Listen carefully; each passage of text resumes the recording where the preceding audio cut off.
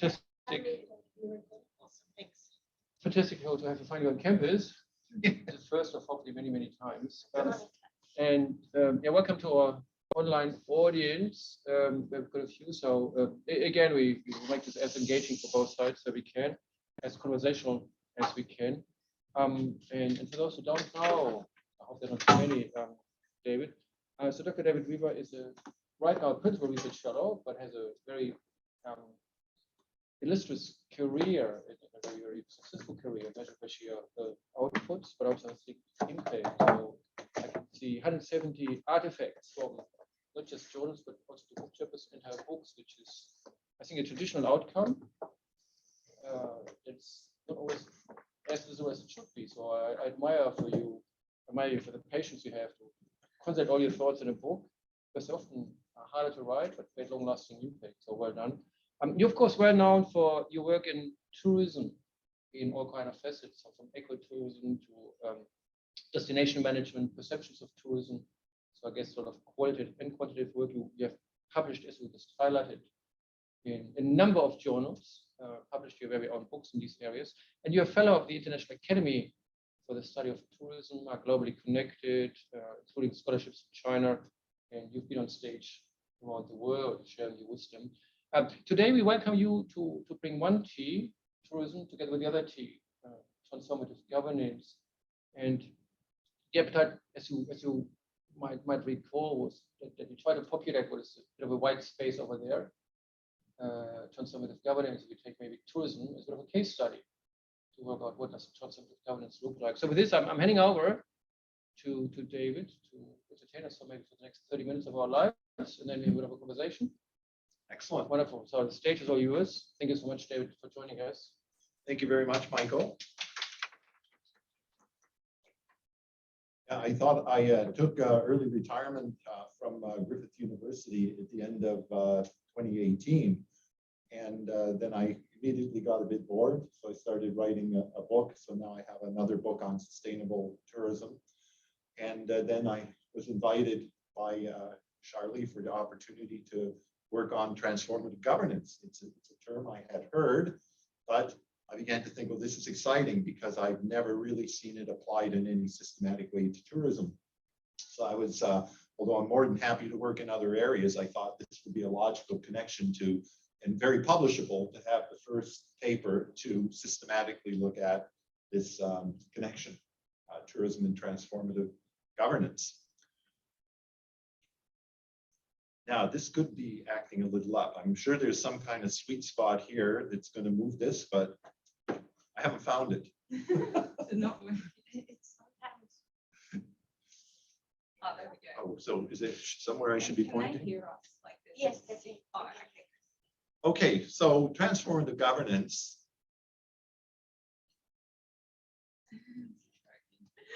This is not working. Okay,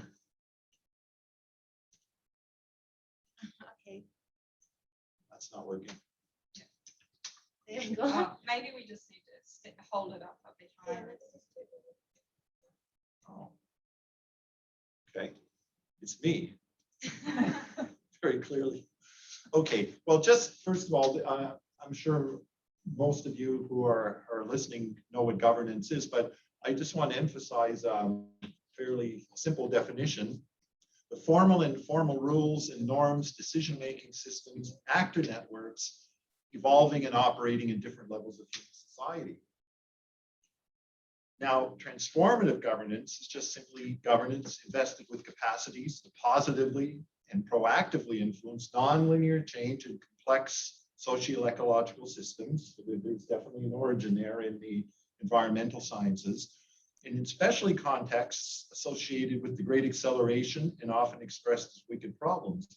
And actually, from what I initially assumed were common heuristics that were used to guide transformative governance, I found that we may be the first to be looking at it in the context of the great acceleration and also wicked problems. So while we think of governance, typically things like this, boards of directors or public governance, it's really everything. I think governance goes right down to family structures, community structures of all kinds. It's ubiquitous.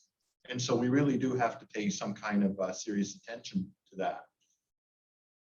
Now, as for the great acceleration, this is Stefan's idea. You know, it's really remarkable, isn't it, since 1950, how all kinds of parameters of human activity, economic and other activity, have accelerated just in some kind of crazy way. So I think I was born in 1956, so I'm kind of at the beginning of this, and sort of I'm concurrent with the great acceleration. But things like not just population, that's one of the less dramatic variables, but real GDP, direct foreign investment, transportation, water use, everything has just gone crazy. Development at an exponential rate.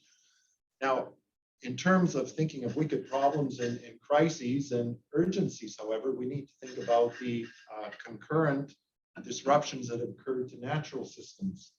And so now we have just all these parallel disruptions to natural systems.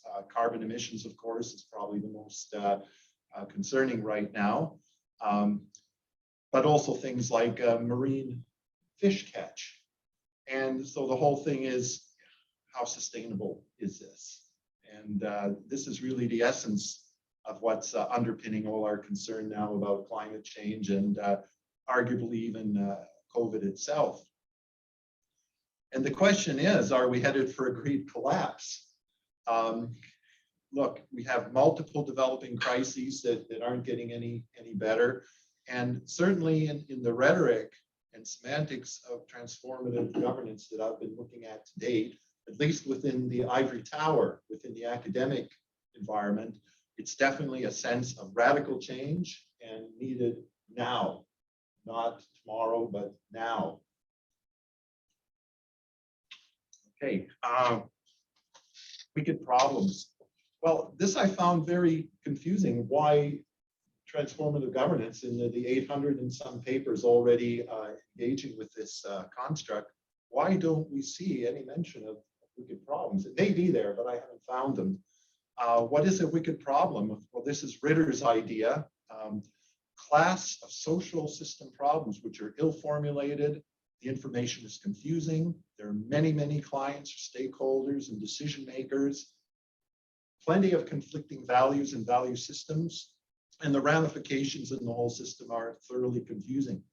And indeed, the classic crisis right now to be looking at wicked problems, super wicked problems, is indeed climate change. Now, maybe to simplify that definition even a little more, I like the way Head breaks down wicked problems into three fundamental attributes. These involve problems which have a complexity of the elements, the subsystems, the interdependencies, actors, geographic scales, all kinds of things. Uncertainty around the associated risks, consequences of actions and non-actions as well.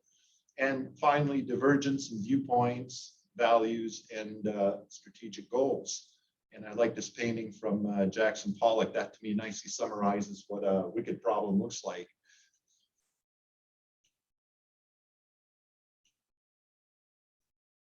Okay. He likes the painting, so wants to stay there. So tell us, David, what's sort of number one in the painting? That's the name of the painting, number one, 1949.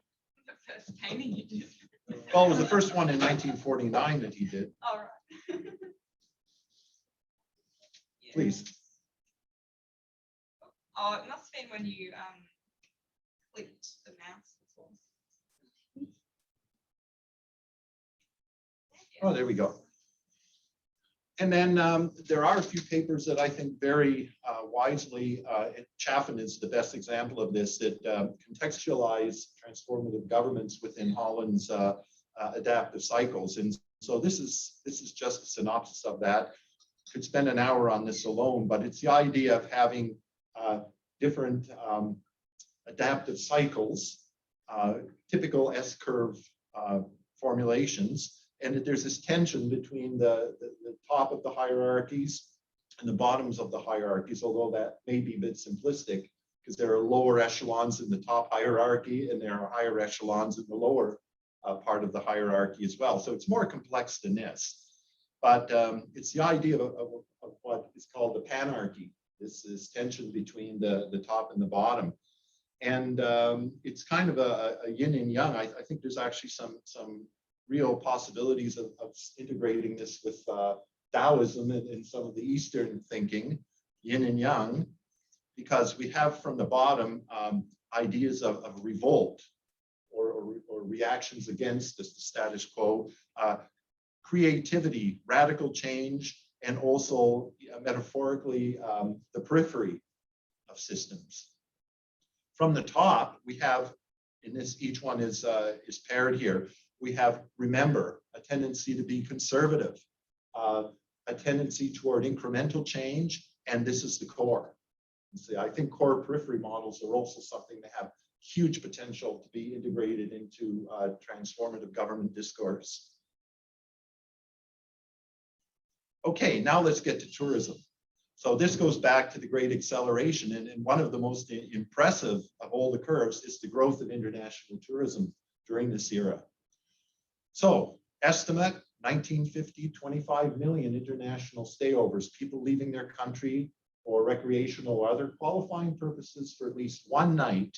Okay, we estimate 25 million in 1950, but just pre-COVID, 1.5 billion. 10% of the global economy, direct and indirect, is now attributable to tourism, which is really quite amazing. And this is something I've been getting into quite a lot because I really do believe that it's something quite impressive where tourism is becoming increasingly embedded in what I call the DNA of areas. Every place on earth is a destination, and the indirect effects of tourism are literally everywhere. If it wasn't for tourism, they would not be building this giant Queen's Wharf development, and Gold Coast would probably have a population of about 20,000 instead of 600,000. And that's just to illustrate my own home, how it's changed from the 1920s to the 2010s. And there are thousands, if not tens of thousands of communities around the world which have had a similar trajectory. Along the coast of Brazil, for example, there's over 100 gold coasts. Very few people know that outside of Brazil. Okay, now this gets us back to that structure of the panarchy, but what I'm going to be looking at specifically are three tourism contexts, and then looking at how the dynamics of transformative governments, whether they're salient, whether they're relevant. One, I'll be looking at protected areas. Secondly, I'll be looking at climate change. And third, I'll be looking at COVID-19.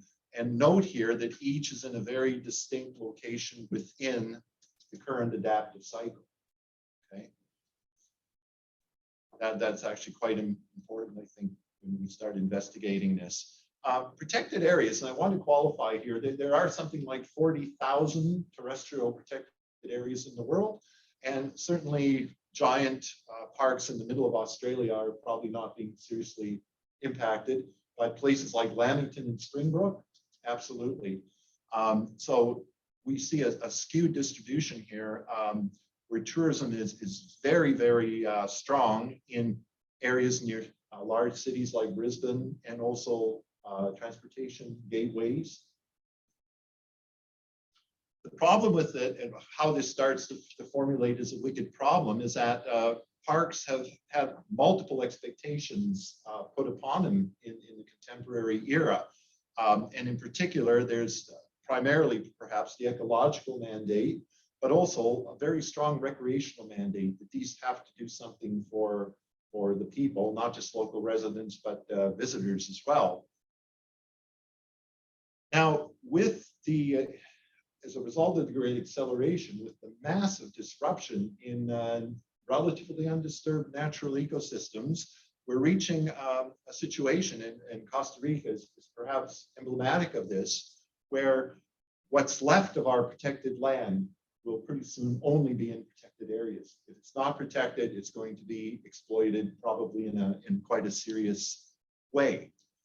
Okay, and what that means is that the protected areas are becoming a lot more important for their ecological mandate. because outside of the protected areas, as I say, we just don't have a good prognosis for protecting relatively undisturbed natural habitat. Concurrent to this, we've had, since this goes back now to about the 1970s, and it's worldwide, we've had decline in public funding for protected areas, regardless of ideology, type of government, whatever. And partly it's kind of a chicken and egg thing, because as the demand has increased to visit national parks, governments have said, oh, great, we can use the money for other things, and then you can get more visitors and more revenue from them. And this is a great paradox, because they're relying on the very thing that is an internal threat to the ecological mandate. More visitors equate, all else being equal, with a greater threat to the ecological mandate. But managers now are conflicted. They have to, on one hand, manage their environments, but on the other hand, they have to also consider the need for visitation growth, and they also have to divert some of that revenue to manage those visitors as well. So that makes it even more diabolical. So within the current adaptive structure, I would situate the protected area wicked problem as a pre-crisis state, because it's not like you go to Lamington and everything's falling apart and the visitors are rioting and everything. It's not happening yet, but it's disturbing that there are now, Balmford estimates over 8 billion visitors per year, just in terrestrial protected areas. So that doesn't include the marine protected areas, but we have to realize that this is a guesstimate, but I could say something like 6 to 7 billion of those visitors would be in about 1% of the parks. So that's like 500 parks out of 40,000 are getting 80% of that visitation. So it's a real concern, and really good examples of where I cut my teeth on this over the last 25 years is Lamington and Springbrook and Tamborine National Parks. Okay, now as far as the governance as it pertains right now, the top-down managerial mindset very much sees visitors as an inherent threat to the ecological mandate. And while it doesn't show any hostility toward visitors, it does emphasize dissuasive management and monitoring. And there's actually very famous, I think it's a biannual conference. I attended once in Estonia, and this is a term they use: management and monitoring, how to minimize the threat. And psychologically and philosophically, it's quite interesting. So we see this kind of narrative in the park. And why are you littering? Make you feel guilty. Rangers everywhere checking up on people, making sure that they're doing the right thing. And I find personally the leave no trace philosophy to be a little bit insidious, because except maybe for the Aboriginal or some forms of human activity, it basically has a philosophy that no, your presence here should be erased. We don't want any record or any knowledge that you were ever here, anything like that. If you'll see in a minute, I think this is actually rather insidious and counterproductive to have this attitude. Now, the bottom-up response, maybe because it is a pre-crisis stage, visitors, there's no indication of visitors demanding change. People aren't going around with placards in Lamington National Park saying, protect this place even more, and we shouldn't be visiting as much. In fact, small numbers in friends organizations are participating in a type of activism on their own initiative. For Lamington, these numbers are very small. It's rarely more than a couple hundred people, and contextualize that against about 500,000 visitors overall per year at Lamington alone. But they do this actually without challenging the top-down mindset. When I've spoken to these folks, they're very much like, well, we know what to do in the park. I don't know about those other 500,000, but we know what to do. So they're actually very much in sync with the current prevailing mindset. I just have a question about this. Is it possible that visitors are not actually finding, they don't think there's something that needs to be done because they feel these areas are already protected, so there's nothing I can do to help them out? I don't know if they think that deeply through it. I think the vast majority just think, well, it's a big park. There's lots of, it's very nice even at the gateway areas, which are relatively crowded. And it's just a sense that things appear to be okay. And even when there's very large groups of people, I think people enjoy it. And a lot of people will go to Lamington when it's busy because they enjoy that social environment. In China, there's a correlation. The more people there are around you, even very heavily crowded areas like Zhangjiajie in Hunan province, they enjoy it that much more and feel much more psychologically secure when there's a lot of people around. So it's a very complex dynamic though, but for all the people, hundreds of people we've talked to in parks, they don't feel as if there's really any kind of danger. They don't perceive that there's these 8 billion people a year visiting the parks. They just think it's a great place to go and have a great experience, and they don't see it as any kind of negative impact. That's very interesting because I was thinking when you go to any protected areas, to some forests, to I don't know, woods, you wouldn't like to be around a lot of people. You're going to nature to avoid crowd and people. That's a very Western construct. When you go to China, it goes on its head. Because a lot of times I wanted to go with my friends just, in a wilderness area, and they were like, no, and they would always take me to some place where there'd be thousands, literally thousands of people just very proximate to you. And so this is where we feel comfortable. And every time I wanted to go off the main track, they were like, no, we can't do that. And that's the point. I think culture is playing important role Huge. as well. Yeah, absolutely. Yeah. And then even within the so-called Western culture, I mean, the Germans are far more likely, say, than the Italians to want to go off the beaten path into an area that's much more rugged in that. So whenever I get friends and relatives from Germany coming over, right away, it's okay. I know exactly where to take them. The ship stern instead of the interpretation path. Now, one thing also that they're doing in the top-down mindset, though, is that they are increasingly open to interpretation to help people to behave better. It's not at a proactive level where they're telling you to pick up a shovel at this point, but they are thinking if we get normal people, and I've even seen this in China, because the big problem there is people love to feed the monkeys, because that makes a great meme for social media. And you're not supposed to do it. The monkeys are very aggressive. They're grotesquely overpopulated. People will do it. So they actually have CCP people come in, sort of standing there like who's going to threaten your social credit score if you feed the monkeys. And but on a more maybe not quite so dramatic level, this is happening in a lot of parks where you try to have interpretation which gets people to think outside the box and think about the consequences of their actions. Can I ask you a question, David? Are these now proposed governance mechanisms, like central governance versus self-governance, or I'm not sure how you call it, bottom-up response? Yes, well, I'm definitely going to get to that.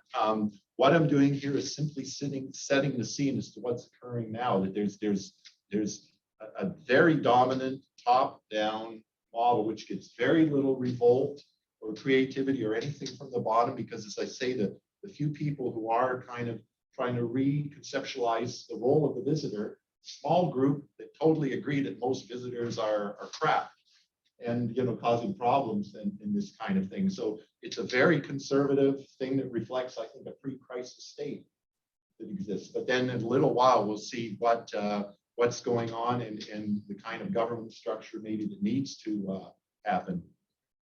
So I'm setting the scene for that. And now to talk a little bit about climate change. Well, tourism is very strongly implicated in both the cause and effect side of the equation of climate change. It directly accounts for about 8% of all anthropogenic greenhouse gas emissions, primarily transit, but also significant portions of shopping and food. But at the same time, not just beach tourism, but we could also say alpine tourism, skiing in particular, very vulnerable to the effects of rising sea levels and extreme weather events. And especially when we realize there's something like 25, 30 small island countries in the world that are more than 30% of the economy directly dependent on tourism. Places like Maldives, and that very, very vulnerable to the effects of climate change, even under the most conservative scenarios.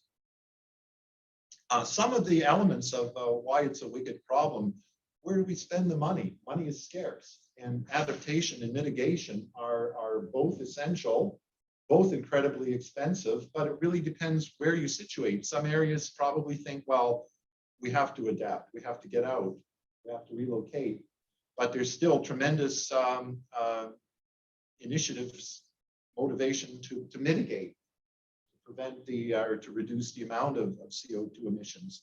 So that's part of the wickedness. We know, of course, it's highly politicized and highly emotive. It's almost like whether you support or you think it's happening or it isn't such a serious problem, then almost you can predict where you fit politically in a whole bunch of other issues. And then that takes it out of the realm of science and reason into something different and more insidious. Plus, I mean, even the people that really believe it's happening, it's really difficult to predict any kinds of specific environmental outcomes from given inputs. So okay, we're going to spend $1 trillion, great, but what's it actually going to do? So it's hard to convince people of that. And then it's a common goods problem. And right now, most of us don't perceive, we don't see the climate change or feel it. We're breathing good air. It becomes a little bit intangible. And of course, the effects are unequally distributed. There's more urgency in Maldives than maybe in Denmark. So, as Levin would call it, climate change is a super wicked problem, and I think it situates as an unfolding crisis. But that's part of the wickedness that we don't exactly know. Greta Thunberg would say that we're already spiraling downward. Others would say we shouldn't be worried about it, that we have a 50 or 60 year window. I mean, we don't know for sure. Now, there's an interesting dynamic here between the top and the bottom, because I'm speaking just for tourism here, but I think it does extrapolate to a lot of other industries. Industry is engaging in gradual and opportunistic change, not radical change at all. So here, for example, MGM Grand and the casinos of Las Vegas kind of exemplify kind of the worst of mass tourism, at least from the academic, unsympathetic academic perspective. But actually, some of the most impressive solar arrays and alternative energy systems are in these giant casinos in Las Vegas. Big companies are also leaders in natural landscaping. This is the Meriton, Arise Meriton in Sydney. KLM now is starting to make biofuel normative, especially some of its intra-European routes. So what's common about all of this? Why are they doing this? Have they changed their thinking? Not at all. They're doing it because it's cost effective. The most impressive news that it isn't being reported right now, I think, is the convergence in price and cost between the conventional and the alternative forms of energy. So it's perfectly economically rational within the current growth paradigm to be converting to alternative energy. Not just that, but it's extremely good publicity, and they certainly do take advantage of that. It gives tangible conformity to their corporate social responsibility platforms and policies. A lot of it's cheaper to maintain. When you naturalize like the Arise does, you can reduce your landscape costs by about 90% and say, well, you're just allowing the nature to retake the area. And of course, these are the guys that have the scale economies to capitalize on these measures.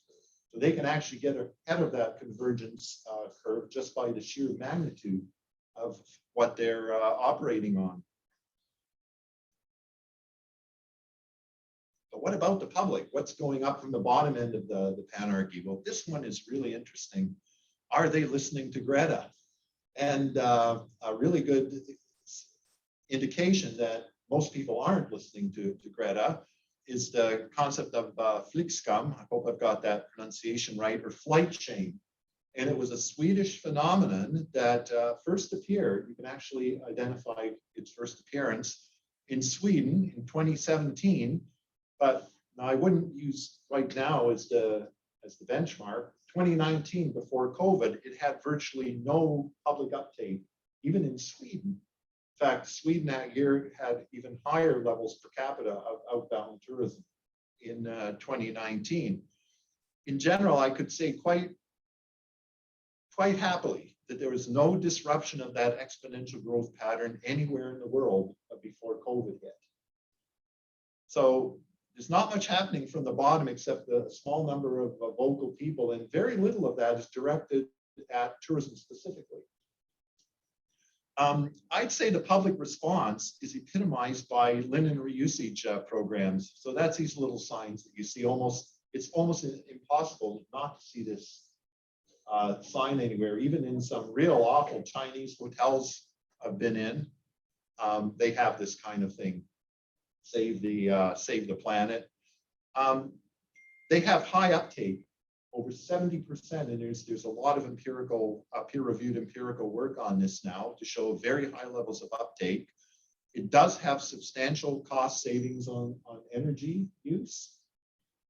It has tangible environmental benefits as a result, and the implementation and running costs are negligible. You just need to get a few of these signs printed up and hang them there, and then you just tell everybody, well, you only have to do half as much laundry now. What people don't say is it means you might lay off a few people working in the laundry room, but there's always trade-offs in sustainability. What we have here, we have veneer environmental governance, which matches veneer environmental consumers. They express concerns, but the vast majority of people are unwilling to take the inconvenient actions required to remedy this supposed emergency. So whether it is an emergency or not, it's really quite beside the point. It's perceived, people say they're concerned about it, but when you say, okay, well, look, do we double the price of petrol and use that money to re-green Australia? That's a great way to get defeated in the next election if you do that. Imagine waking up tomorrow and petrol is $4 a liter. Then people will be in the streets. It's the same with EVs. You know, it's a crazy thing. We don't have a much higher level of EV uptake, but incentives aren't there from the top. But it's happening. It's going to happen very slowly, incrementally. And that's getting then to the crux of what I'm going to be talking about, where we're at. But there are other ways. There are other ways to do that. There's not an obvious solution. In green economy, green solutions, they don't have to be pleasant or so unpleasant to lose elections or increase the cost of gas. As you know, government could invest in solar panels, have free solar panels at your home, give incentives to actually buy electric cars that will be charged with those solar panels. There are other indirect ways to make it less inconvenient. Oh, I agree. But those, A, at least in Australia, those aren't being done, and B, they do take time. Yes. So, and what's being played increasingly in the media is a sense that we're running out of time, or may have already run out of time. I mean, if people actually believe we've run out of time, then there's no, we might as well eat, drink, and be merry. And there's no incentive to. I think it's a fair comment. The question is your unit of analysis Australia or the planet? Because we see lots of, I think, very successful governance practices in many other countries. Yes. Norway, yeah. Well, but then see, even with Norway, that's an interesting one, because how did they get this luxury from selling oil? I mean, if you look at the whole. So I think we have to decouple why they do this and what they do. I'm just looking for practices that are in place. What I say is you could mimic exactly what you said. Carbon registration is free and whatever they do. Oh, I agree. And again, it partly depends on the level of emergency. I mean, if it could be definitively proved that we're really at the cusp and we need to do something before everything collapses, then really the only sensible response would be an immediate initiative like $4 a liter petrol to get, then right away you're going to see a lot less carbon emissions. We had from that source. Climate change roundtable here a year ago. We talked about exactly that problem. Why is it that humans don't act? And the key outcome was that conversation, people don't feel Exactly. climate change. Yeah. Yeah, the water level is rising, but it doesn't affect my life. And pollution might go up or global warming kicks in, but it doesn't really affect my life. My niece might have said, I've never seen White Christmas, but hey, she can cope with it. Well, precisely. And then when we get a really cold day, when we should be having warm weather, then right away people say, well, of course, this is, weather's always existed. We've always had extremes. And so people can easily rationalize. So they compared this with the medical field, where you've got a lot of strong self-governance. So people are jumping, hopping, skipping. They do all kind of stuff. They understand what a BMI is. They change their nutrition. There's a lot of self-governance because maybe not immediately, but mid or long term, there's an impact. So self-governance, bottom-up response is what you call it, seems to work in certain fields, maybe even finances. Well, I think with financial literacy, but some companies say we just don't have climate literacy. We have financial literacy, maybe physical, medical climate literacy, but we don't have educational literacy. We don't have climate literacy. And the question is, what role does education or literacy play? I think the economic response, if a public good needs to be internalized, we have economic incentives, is what macroeconomics has proposed for many, many years, I guess. But the sort of cultural, non-economic incentive. I agree. And I think that's like when I show you, like, this is the second of three things that I'm saying, well, this is what's happening. We're starting to see a common pattern that's great collapses begun. We're starting to see a common pattern here where it's a very conservative top down, but it doesn't mean that nothing's happening. We're seeing surprisingly little impetus from the bottom, which is quite interesting. And I'd say that's pretty universal. I mean, even in Scandinavia, people are generally fairly conservative. They want to have their holiday in Malta next year. And, you know, it's quite interesting, but I think you're both right here. And it's really right point when you said self-governance. The issue you're speaking about here is not are people aware of this? People are aware climate change is happening. Their summers are stronger, their winters are shorter. They are aware. There's no question. The issue is that self-governance doesn't flow. There is no clear communication between top level and bottom level.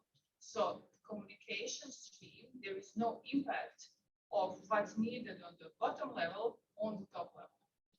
And we talk about awareness, acceptance, and action. So just because you're aware doesn't mean you have to take action. So the middle component, acceptance, means in light of that awareness, I need to change. And that change could mean it's like why people don't vote. Yeah, so my single vote makes no difference. So I'm aware this would help, but if I now take a bike instead of a train, a car, makes no difference for the planet. Yes, but many people are acting, and many people would act even more if there is top governance helping them to act more. For example, if I really want to avoid and not to use single-use plastic anymore, let government help me somehow like that. Let them put requirements for companies that are producing single-use plastic, for putting water in that to actually have different sort of fill-in stations or something like that. But you also have to realize though that, remember, you're portraying a narrative here, which is something that it's probably 90% of the people at QUT and maybe Brisbane would adhere to that. Go out to Charleville in the outback. I mean, okay, I know North America better than I know Australia, and I could tell you that at least half the population in the United States would tell you that climate change is complete bullshit. You know, but the funny thing is, when you actually talk to them, these are not stupid people. You know, these are people that know how to fix things. Well, no, that's a very simplistic, to be frank, that's a very, very simplistic kind of discourse on this whole thing. They just have a different perspective. Everybody's in their kind of their own social media bubble. And so what you say, well, everybody knows this is a problem. It's not actually the case. And it's the same when I go to China. Vast majority of people say, no, my parents almost starved to death. We're going to develop, and that means every week we're going to open up a new coal-fired plant. That's why India is saying that don't expect us to get carbon neutral until 2070. And I'd say he's got the support of 90% of the Indian population on that. In China, it would be the same, you see. So there's pockets of discourse, and then there's other areas where it's actually a completely different discourse.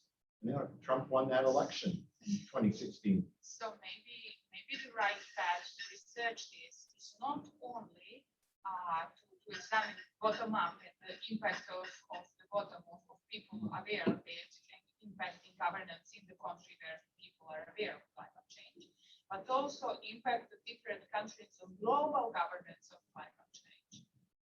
Well, I mean, as soon as you say global climate change, there's a lot of people who start thinking about, you know, the George Soros and United Nations in an agenda for global governance, and then it gets even crazier. I didn't say it's going to be. Yeah, but anyways, I'll tell you what. What I'll do is I want to get one more in. I'm mindful of the time, so maybe we can wrap it That's up in why 5 minutes. yeah. Yeah. That's why I want to just quickly do COVID. Now, COVID's interesting because what's happened with COVID is that is our first great collapse. That is actually our first systemic great collapse. It was tourism, because the international tourism in 2020 declined 80% from 2019. And there was a 50% decline in domestic travel because the restrictions weren't quite as bad. But COVID actually corroborates this age of tourism theory that tourism is embedded everywhere, because here's the simple logic. If you look at the primary cause, how COVID has been circulating, tourism is the primary vector. And remember, this also, tourism includes international students, it includes business travel, pilgrimage, all these things. Lockdowns and fear effects have decimated tourism worldwide. Okay, so tourism has killed tourism in a way. Now, that tourism decline, everyone pretty much acknowledges that's 10% of the economy, and 80% of that has been disrupted. That has caused serious global economic damage in most parts of the world. And there's major international focus now on the revival of tourism. And this goes back to the, you know, why Flixcom didn't take off. There's enormous pent-up consumer demand to travel. We talk to most people and they can't wait to get on a plane. Or the academics are going around saying, well, this is the perfect time to reset it into something more sustainable, to get into slow tourism. It ain't happening outside of a few zealous academics to think this. So the world, yes, the world is temporarily closed and everybody wants it to open again. Now, there is enormous economic and socio-psychological pressure to resume normal travel patterns. And that again shows that that's going to likely accelerate COVID diffusion. Okay, so the more we open up tourism, I think inevitably, the more we open up the door to more COVID diffusion, but people seem willing to take the risk. And it's kind of interesting too. People are discussing, well, how can we have our tourism, but how can we get rid of COVID? And it's interesting, civil liberties versus public health, both are human rights, you know, but it's like the unvaxxed, again, we can dismiss them as a bunch of ignorant, self-centered fools, but they have a very strong sense that that's also a civil liberty, and that this is the thin edge of the wedge, especially now when they say, well, we all need to go get our booster now. Especially when it's I know in my own family, like my wife just desperately wants to get back to Canada to see her 88-year-old mother and hasn't been able to get back and is very frustrated for that. Exacerbating any return to normalcy is this. Tourism, as in national parks and other protected areas, tends to concentrate in certain areas. So you have gateways. This is Golden Weeks in Guangzhou train station in China. San Marcos Square in Venice, perfect areas for super spreading, these choke points. And look, what's happening here, there's almost universal reactions of closure by government. Everybody wants to shut down. That was how governments responded. It sounds radical, but it isn't. It was only to protect the public health. Okay, so it's not really a radical top-down response at all. It's still conservative. It just indicates a desire to protect the public because all governments want to resume normal tourism activity as soon as practical. And they're working on herd immunity as the vehicle for doing that.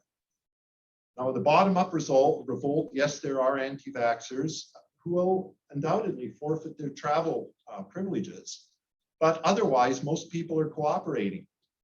So there's two things going on right now. The very big impulse is tourism will occur after getting vaccinated. That's the dominant narrative of governance throughout the tourism industry. But there's another narrative coming from the bottom, tourism as a way to get vaccinated. So not tourism after getting vaccinated, but tourism for getting vaccinated. And Russia is a pioneer in this, so is India, where you go there to get your vaccination and you stay for as long as it takes to get your second shot. I wouldn't do it because it's the wrong vaccine. It's the Sputnik vaccine, which I don't think is very good. All right, look, there's a lot of mixed messages here, a lot of thoughts. What the hell is he talking about? There are 5 things to take away from this that I believe transformative governance is occurring in the conventional tourism industry. But, and this pertains regardless of the degree of crisis or wickedness. Okay, so we have climate change at one extreme, maybe protected areas on the less severe extreme.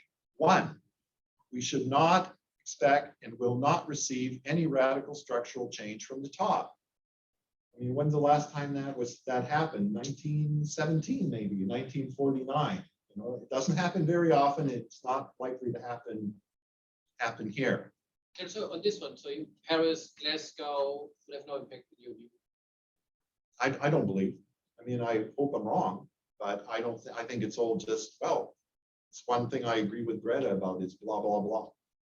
Do you have any evidence for this? No, nobody does, because they're just finishing it up now, and we have to look to see what happens over the next year in terms of what actual governance actions and governance changes comes. So we have to wait a bit to see what happens. But see, rather than thinking that these people at the top are dictatorial and evil, it's not happening because there's no groundswell for radical change from the bottom. Nobody in Australia, there's no massive marches to say government must have an electrical vehicle policy. That's why they only account for 0.8 of all sales last year. Accordingly, there's no immediate prospect of radical transformation, regardless of the severity of the crisis, in either the what to do, that's the strategies of governance, or the how to do it, the mechanisms of governance. It just is not there in tourism. And I suspect it's much the same in agriculture and pretty much everything else you look at. But this is where we get very optimistic, though. What I think we can expect is transformative governance as accumulating incremental radical changes, little radical changes that add up almost imperceptibly and then start to look like something at a meta scale. There's a number of ways we can describe it. Opportunistic evolutionary change rather than revolutionary change. And it constitutes, this is a term I coined, paradigm nudge rather than paradigm shift, which means moving the capitalist pro-growth, pro-market paradigm in the right direction gradually, nudging it along rather than overthrowing it and implementing a socialist or communist system, which very few people actually seem to want in a place like whenever you say about something about changing communism, people get afraid, are you suggesting socialism? There are things in between. There is of course, everything is on a continuum, but people, especially when they're threatened, they tend to think in dichotomous terms, us versus them. US, it's not a bad thing in the States that they have a diversity of opinion. It's just that it's bifurcated into 2 separate camps. And that could be the cause of the next civil war in the United States. But in reality, everything is on a continuum. And we have to realize that, because that helps us. If Greta would be here, she would say real life transformations are quicker than real life transformational changes to the way we behave. So I understand that nudging is just sometimes it might not be an option for climate change or digital disruption, for whatever. So sometimes you have to accelerate the way you govern and see quick impact of that governance. I agree. So I think there's a Totally. recommendation, just might not be sufficient. But we don't know. That's the thing, that if you ask people, I think if you ask the 1,000 people in Brisbane, I'm guessing, because this is what's happened in a lot of other places, they'd say, yeah, we're concerned Well, how concerned are you? Are you willing to accept the doubling for existential survival of humanity? Are you willing to accept the doubling of the price of petrol? I guarantee you, I'll give you most an people will example, say no. As you know, 2025 is a year when a lot of countries you can't buy a combustion engine car. So it's quite decisive. It's 4 years from a year. Yeah. Why don't we see more radical, decisive implementations of policy like this around the world or in the area of tourism? Well, again, I'm not sure how radical it is, because with the convergence, I think that people are realizing that the electric cars very quickly are going to be just as cheap as the internal combustion engine. And I still think even that is not really a radical change. It's an incremental change to accept that, that technology's been around longer than the internal combustion engine. It's just become a bit fancy at the moment to have like a Tesla or whatever. But really, how many people are adopting it? It's not widespread. If you wanted a transformative change, Yeah. it would have to be widespread. It's just starting. But the issue with Tesla is also you cannot go to the shop and try one. For me personally, Yeah. that would be an issue, not being able to actually try a car, see a car, touch. Oh, you do it with all the others though. Like we test drove in Kia, Hyundai, and Mercedes.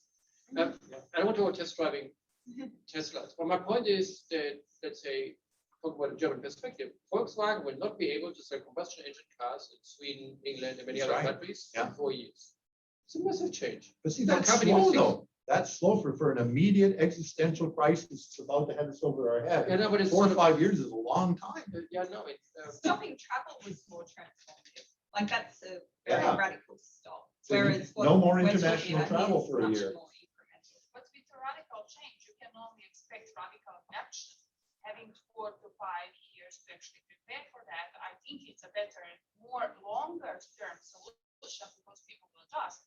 With COVID, many people started revolutions. Look at Melbourne. People are doing revolutions all the time. But again, remember, we're getting the kind of rhetoric from people like Greta Thunberg, which says that it has to be now. We're going to block your traffic in downtown Brisbane so that you take action immediately. But then see, even you're saying 4 years, 5 years, 6 years.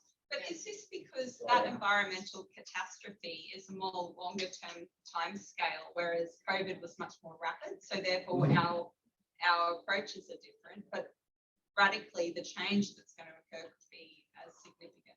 Well, the reason I'm including COVID in this is because I think one thing, I don't really get into it, but we have to talk about it, maybe a next paper, is what I call crisis intersectionality. So people are saying, well, some protected areas that depend on international visitors are going to have, they've had a huge decline in visitation. So the crisis state has been reduced.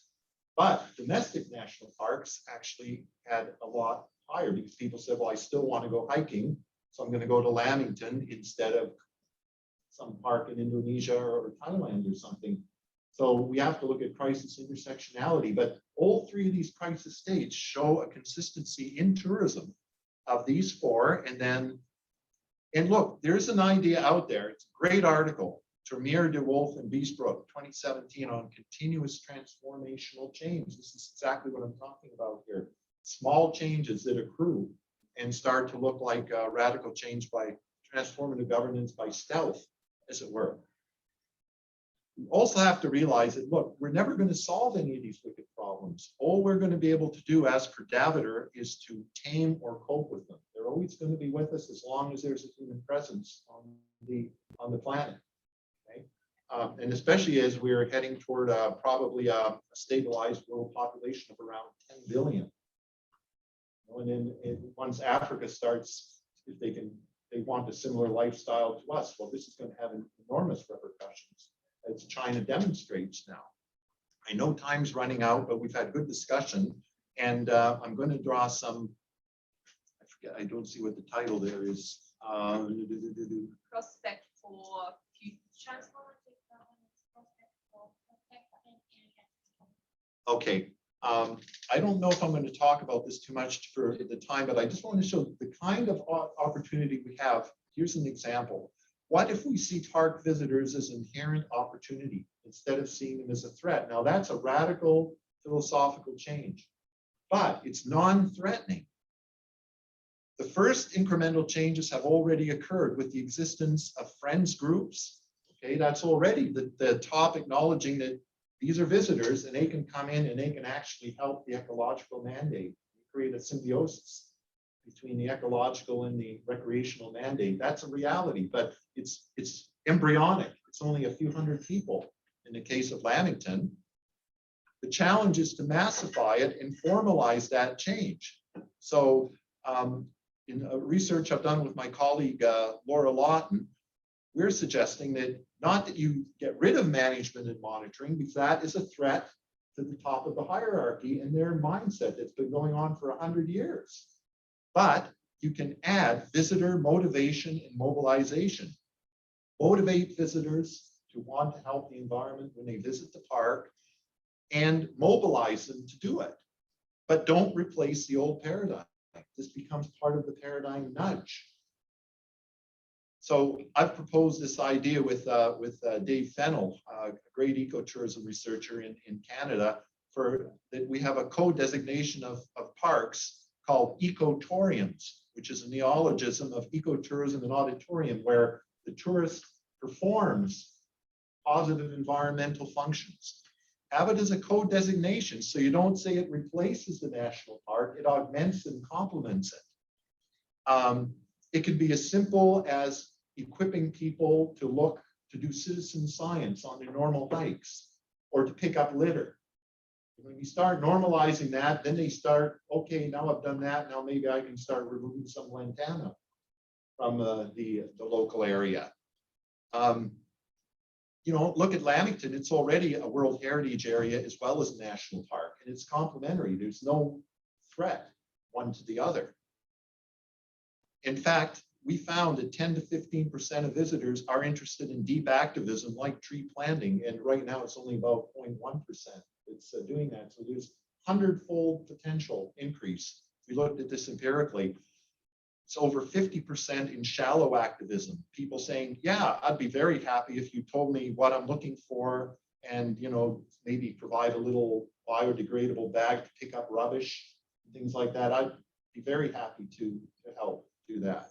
So these are non-threatening things that illustrate this, what we could call soft transformative governance, as opposed to the academic idea of the hard. David, do you mind? It's 1 o'clock and people will drop off in a second. Are you okay if you share those slides, share your paper? Yeah, absolutely. 2 minutes for very quick conversations. Definitely. Are there any questions online? No, there's just a couple of comments from DJ. Oh, from Carlson.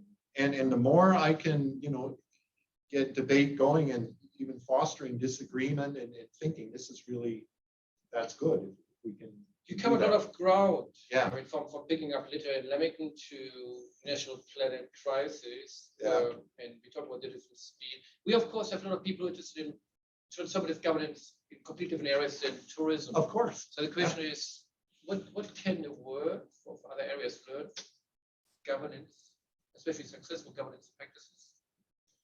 Well, again, I'd say the lesson from tourism is that I don't think we're going to see, at least not in any immediate time frame, we're not going to see any change in the dominant paradigm. I still think it's a market-oriented, growth-oriented economic paradigm, and it has all kinds of translations into the social realm. I don't see any prospect of the fundamental values changing, but I do see plenty of prospects of little changes within the system, which then one day everybody wakes up and says, well, actually, are we still pro-growth? Maybe we go from pro-growth to slow growth, and then maybe eventually into some kind of steady state kind of environment. And I think that's not just tourism, that's right across the board. As far as bottom-up impulse, well, you know, there's something very interesting here, because while I would say in tourism, the vast majority of people want to get back on an airplane and go overseas.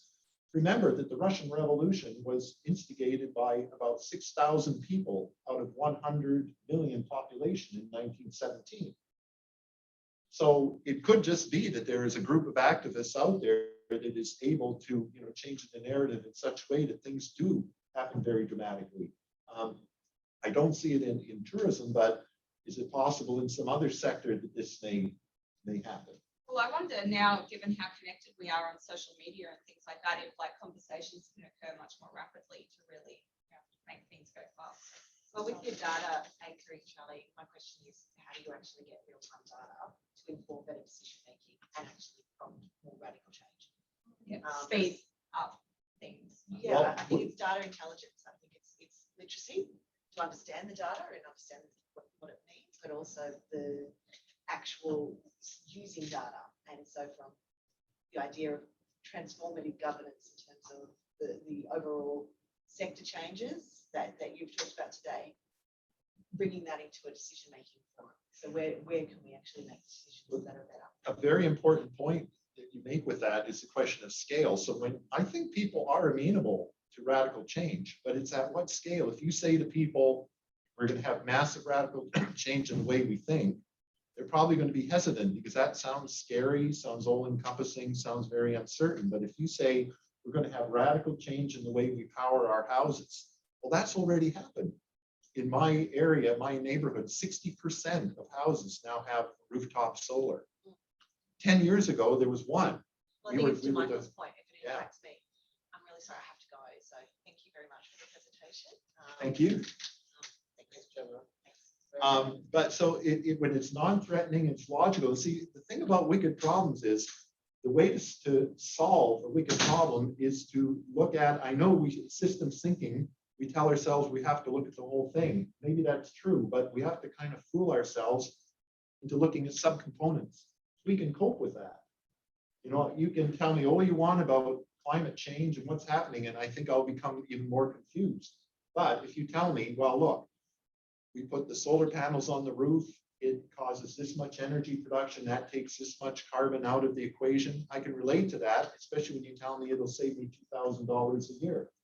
Now, we just bought an EV, and it's going to take 6 months to get here, but it's the same logic. We were willing to pay more because we know within about 7 or 8 years, especially because we have rooftop solar, we will be able to, it'll eventually break even, which will save $3,000 a year on petrol. Because you do need it to be like a radical movement, like everyone to take the shift. But you almost always with innovation, you have a few pioneers. Yeah. I can't think Also, of it's any almost like examples. diffusion, isn't it? It is, Yeah. because outside of coercive things like when you had the Russian Revolution or the Chinese Revolution, I don't know any instances where an innovation just came out of nowhere and then everybody did it. It's a few pioneers, and it takes 10 years.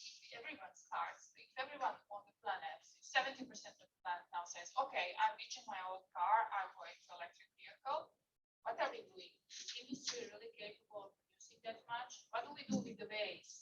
Exactly, that's another issue. Yeah, there's all these ancillary aspects of it. It's not just even with our, like we know that with our panels that we're just hoping when we retire them in 2028, there's a more sophisticated and environmentally friendly mechanism for recycling all those components. It's full of lithium and silicate and a lot of other great stuff. But yes, and the same thing with the grid. You know, a great way to shut down the grid when we start putting all our solar power in the afternoon back, reversing it into the system. It can't cope. So that they want to put perversely, they want to put a charge on that. So this was extremely enlightening. I think there are more questions than answers. But what I like is, I mean, governance for public good is very different to governance for private good. It's a wicked problem. What I like about climate, the sort of the two extremes, and I kind of take Glasgow versus Greta here. So climate change is one of the very few things where the whole world tries to come together with a solution. We have different tech systems, whatever, but with climate, whether it's Paris, whether it's Rome, whether it's Glasgow, people scratch their head and try to work out what can we do top down. I'm totally with you. I think the world has got so many different practices. It's hilarious. Yeah. That in some countries, recycling is just, when I grew up in Germany, I've never knew the same. I never threw out a glass bottle in my whole life. I was born in 1967. I grew up in a world where in 1974, I got 10 cents for every glass bottle. These are practices that are 50 years old. It is interesting to understand when does bottom-up governance work. And I say in the medical field, self-governance has been successful. Yeah, the country realized we can't afford diabetes. but we can't force it. So we build your literacy, and you realize when you want to have McDonald's every week, then it's up to you, and you pay a price. And it takes time, so It it's takes soft, time. transformative governance. I mean, in some cases, Yeah. we have to work on how can we accelerate this. And I don't believe that all Australians wake up and say, I don't buy plastic bottles. You have to centrally say, put my foot down and say, this is not happening. Well, one thing I'll conclude with, because I wasn't able to finish the presentation, but really there was only one more substantive slide, and simply that I think we need to focus more on what I call the TG value-scape, that there are certain characteristics about people that if we cultivate that in our education and other things, I think we will be more amenable to this. Yeah. Curiosity, tolerance, willingness to take on board new ideas, and above everything, cultivating being trusting and trustworthy. And if we do that, and that takes time, but if we do that, I think we're in a much better position to innovate. So people talk about climate etiquette. Yeah, so it's not an economic incentive, it's just the right thing to do. And we've got etiquette that works in so many areas, whether it's politeness with each other, but the politeness to the planet, climate etiquette is something that's truly underdeveloped. And yet this, in another 3 hours, it's going to be 30,000 people driving on their CO2 belching cars back to the Gold Coast. That's right. This is crazy if we really are in a climate emergency, but these are rational, normal people. So And this has yet been that's what they're going to do.